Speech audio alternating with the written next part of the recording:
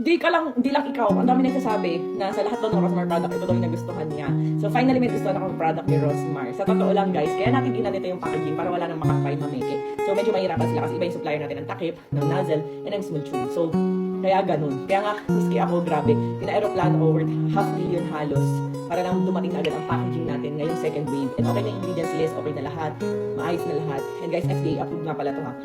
So, ayan, kaya natin ginanito, pinahirapan natin yung mga nagka-counterfeit na may ng products natin. Kasi nga guys, ang bilis pekein. And yung mga tao kasi naniniwala sila na basta may Rosmar, basta may Kagaya. Eh kay Rosmar na agad yun. So hindi nila alam na may mga, kahit iba nga, may mga legit distributor, bumibili sa peke. Yes, may mga ganun. Bumibili sila sa peke para mas mura nila mabili. And SRP nila ibebenta, di ba? Nakakalungkot lang kasi para sa pera. So, ayun. Kaya medyo pinahirapan natin yung packaging kasi yung ating iba dati, di ba, puro sticker lang.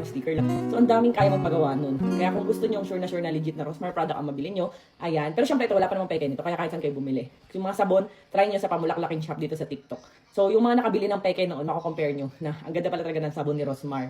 Dahil doon po talaga ako kilala. Hanggang ngayon doon tayo malakas sa sabon. Pero yun nga, marami kasing nakatry ng mga peke. Akala nila sa akin yun. So, give a second try. And masasabi ko na maganda talaga. Promise.